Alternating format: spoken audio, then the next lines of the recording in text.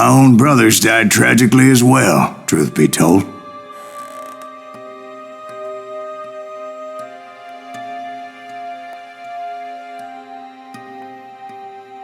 It was 1868, and me and my older brothers were pulling a tidy profit running cattle into Juarez, Mexico.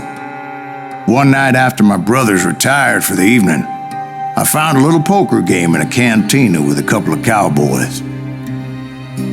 And I just couldn't lose.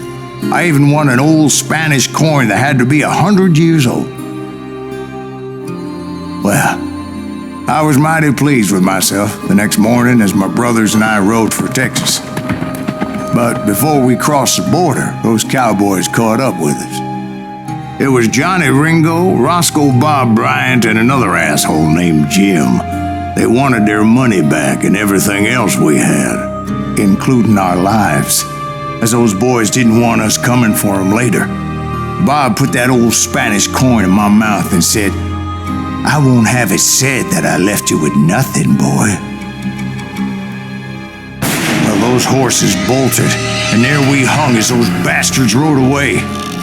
The branch finally snapped under the weight of the three of us, but being my older brothers were bigger and heavier, they were already dead. And right then I swore to myself that I would avenge them. Ringo you know about, but Bob eluded me until I heard he was riding with the Wild Bunch.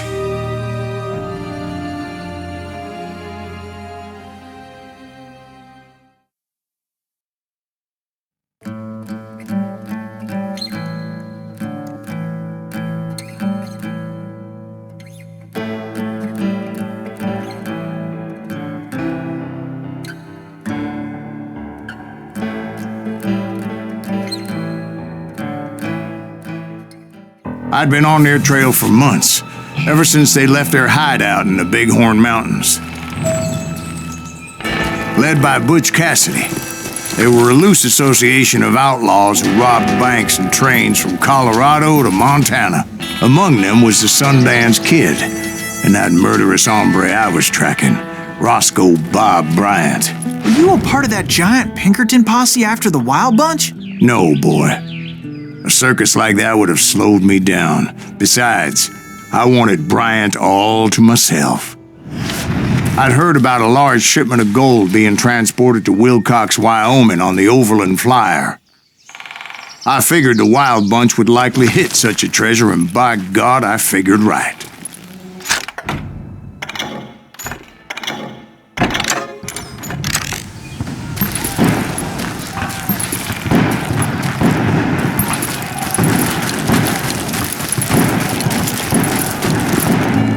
They blew the bridge with the intention of forcing the train to stop.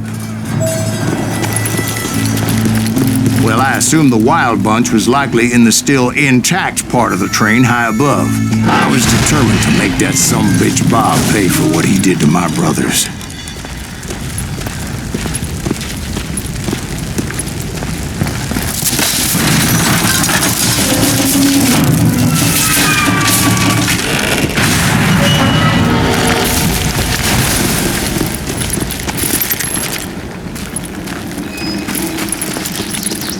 Ears are still ringing from blowing up that bridge. Well, I made my way off unscathed and came upon a few members of the gang and had no choice but to dispatch them. From there, I had to negotiate an even more precarious route. But first, I would need to get my ass out of there.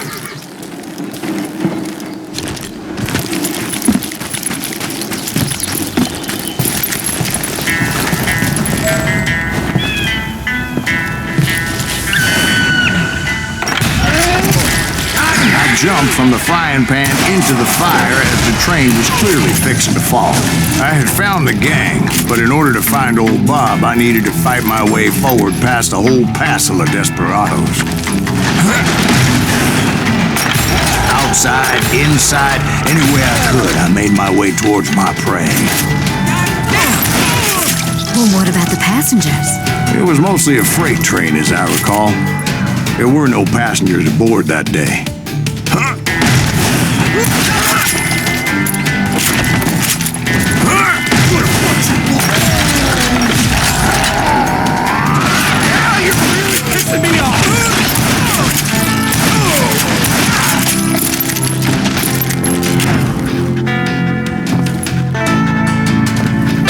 mentioned before, I am not fond of heights.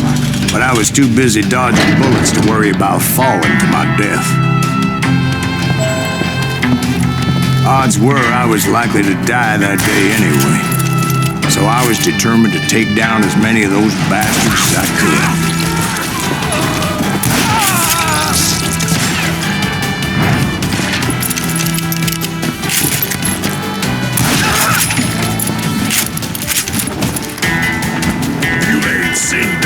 Times it was like shooting ducks in a shooting gallery. The only difference is these damn ducks shot back.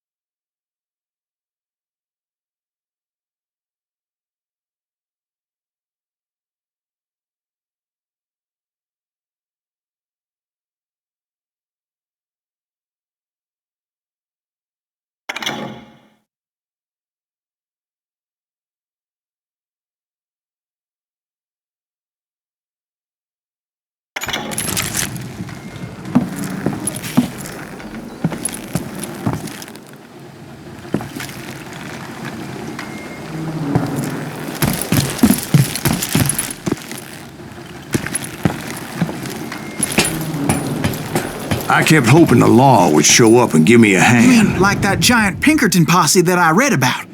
Did they come riding in, guns a-blazing to help?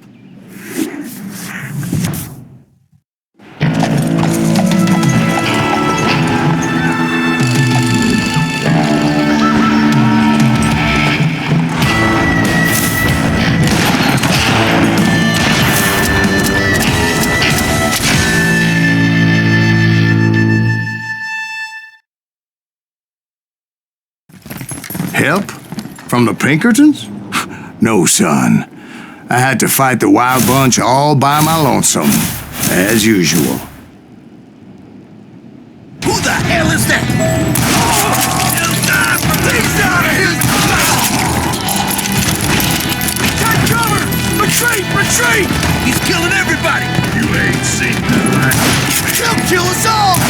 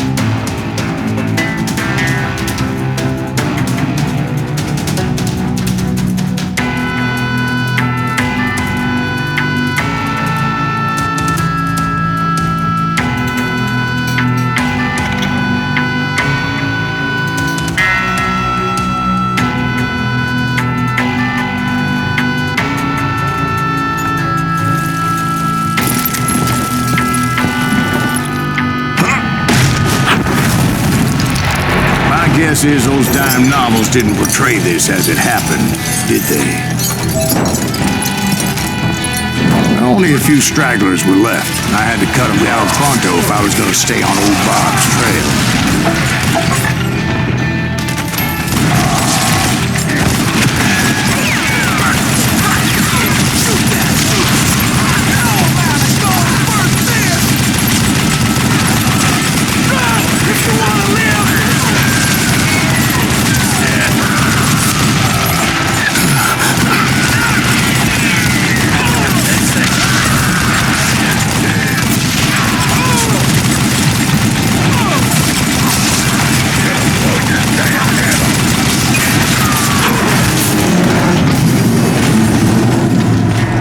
Once I silenced all those guns, I went searching for my nemesis, determined to finally have my justice. But the only survivor who welcomed me was George Flat-Nose Curry. Who was he? The fastest gun in the gang.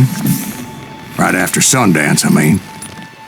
And Kid Curry, and maybe Elsie Lay. Though some folks might dispute that.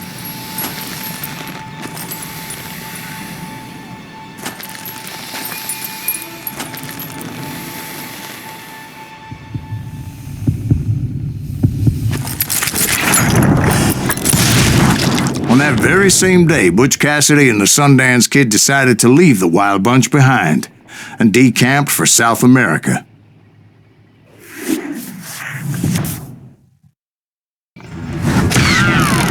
They ended up living down there for many years, but I'm sure you already know all about that.